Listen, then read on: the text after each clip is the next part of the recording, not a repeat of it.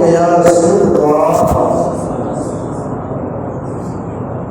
وعلى آلك وأصحابك يا حبيب الله الصلاة والسلام عليك يا نبي الله وعلى آلك وأصحابك يا نور الله نويت سنة الاعتكاف. پیارے پیارے اسلام بھائیوں، جب بھی مسجد میں داخل ہونے کی سعادت حاصل ہو تو یاد آنے پر فوراً ہی سنت اعتکاف کی نیت کر لیں۔ انشاءاللہ جب تک مسجد میں داخل رہیں گے مفت کا ثواب حاصل ہوتا رہے گا۔ صلو علی الحبیب صلی اللہ تعالی علیہ وسلم۔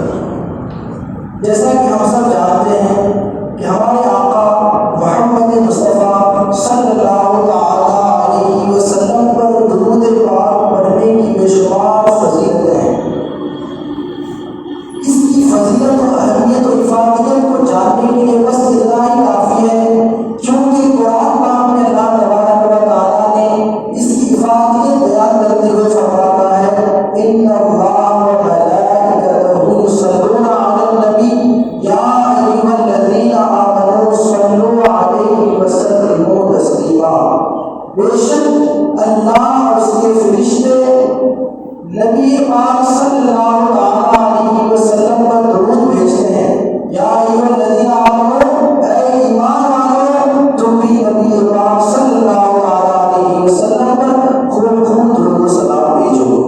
حدیث پاک میں ہے کہ کل بروز قیامت اللہ تبارک و تعالیٰ کے عرش کے سایہ کے علاوہ کوئی سایہ نہ ہوگا، صرف اللہ تعالیٰ کے عرش کا سایہ ہوگا۔ تو ہمارے آقا محمد مصطفیٰ صلی اللہ علیہ وسلم نے فرمایا کہ 3 قسم کے لوگ، اور حدیث پاک کے مطابق 7 قسم کے لوگ، اس حدیث پاک کے مطابق 3 قسم کے لوگ اس دن، اس سخت دہشت والے دن اللہ تعالیٰ کے عرش کے سائے کے نیچے ہوں گے۔ ہمارے آقا صلی اللہ علیہ وسلم نے فرمایا پہلا شخص وہ ہے جو میری امتی سے پریشانی کو دور کرے، جو میری امتی سے تکلیف و پریشانی کو دور کرے۔ دوسرا شخص وہ ہے کہ جو حضور صلی اللہ علیہ وسلم کی کسی سنت پر عمل کرے، اور تیسرا شخص وہ ہوں گے کہ جو اس قیامت والے دن اللہ تبارک و تعالیٰ کے عرش کے سائے کے نیچے ہوں گے۔ ہمارے آقا نے فرمایا کہ جو مجھ پر کثرت سے درود پاک پڑھے گا۔ صلو علی الحبیب صلی اللہ علیہ وسلم۔ میرے پیارے پیارے اسلامی بھائیوں، یہ دنیا دارالعمل ہے، یہ دنیا عمل کرنے کی جگہ ہے۔ ہم سے جتنا ہو سکے، جہاں تک ہو سکے، اسی دنیا کے اندر ہمیں جو کچھ بھی کرنا ہے اسی میں کرنا ہے۔ حدیث پاک میں آتا ہے، حضرت ابو ہریرہ رضی اللہ تعالیٰ عنہ سے مروی ہے کہ جو ہی انسان کا انتقال ہو جاتا ہے، جب انسان دنیا سے چلا جاتا ہے تو اس کے نامہ اعمال کو لپیٹ دیا جاتا ہے، اس کے نامہ اعمال کو بند کر دیا جاتا ہے۔ کیا مطلب یہ ہے کہ اب وہ نیکی نہیں کما سکتا۔ کیوں؟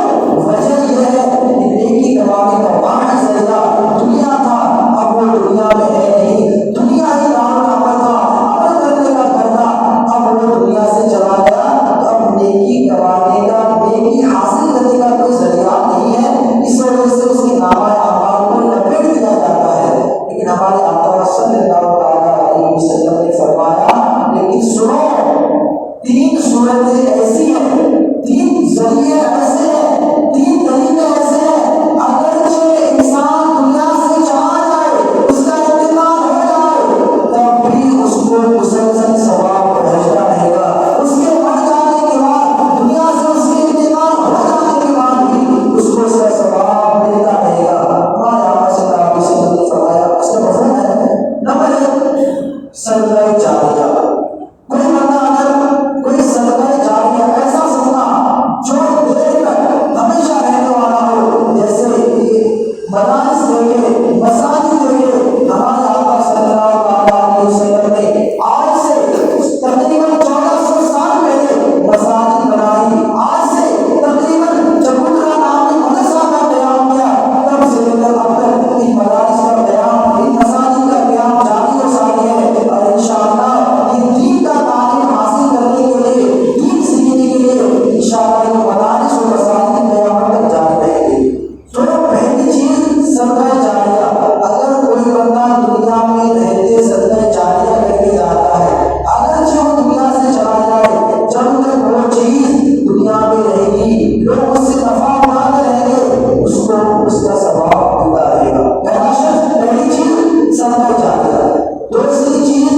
اولاد صالح، نیک اولاد. اگر کسی انسان کی اچھی اولاد ہے، نیک اولاد ہے، اچھے بچے ہیں، تو اس انسان کے مر جانے کے بعد بھی اس اولاد کے ذریعے، اس نیک صالح بچے کے ذریعے اس کو ثواب پہنچتا رہے گا.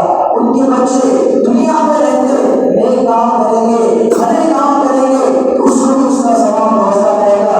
وجہ اس کی کیونکہ ذریعہ باپ ہے، دنیا میں آنے کا ذریعہ والدین ہے، تو اس وجہ سے اولاد کے ذریعے بھی والدین کو فائدہ پہنچتا ہے.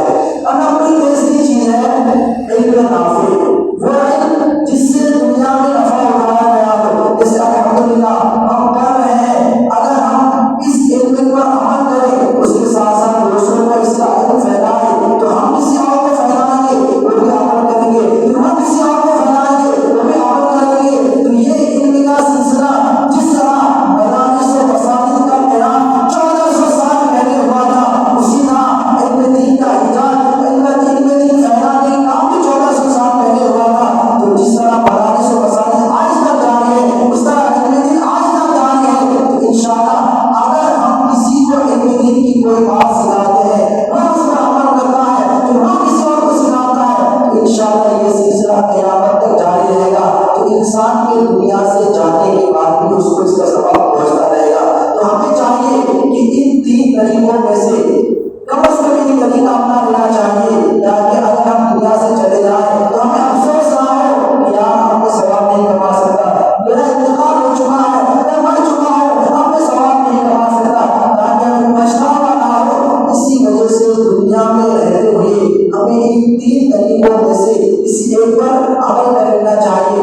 اب ہم جو اس جامعہ میں ان میں بہترین طریقہ جس میں ہم بخوبی عمل کر سکتے ہیں وہ علم دین ہے. ہم سب کو چاہیے کہ ہم بہترین طریقے سے، اچھے طریقے سے دین کا بہت زیادہ علم سیکھیں، ہم خود بھی اس کا عمل کریں، اور آئندہ اور مسلسل ابھی سے دوسروں کو اس کو سکھاتے رہیں گے، تو انشاءاللہ اس کا ثواب ہمارے لیے صدقہ جاریہ کے طور پر ہو جائے گا. اللہ تعالیٰ سے دعا ہے کہ بڑا پہلے سننے سے زیادہ عمل کرنے کی توفیق عطا فرما. استغفر اللہ ربی من کل ذنب واتوب الیہ. لا الہ الا اللہ محمد رسول اللہ. ہمارے والدین، ہمارے اساتذہ، ہمارے پیروز تمام مسلمان کے ساتھ یا الہ عالمین بیان میں میری غلطی کو معاف فرما. یا الہ عالمین ہمیں سننے سے زیادہ عمل کرنے کی توفیق عطا فرما. یا الہ عالمین ہم سب کے لیے جائز مرادیں پوری فرما. ربنا آتنا فی الدنیا حسنۃ وفی الآخرۃ حسنۃ وقنا عذاب النار. صلی اللہ علی خیر خلقہ وآلہ وأصحابہ اجمعین. سبحان ربک رب العزۃ عما یصفون وسلام علی المرسلین.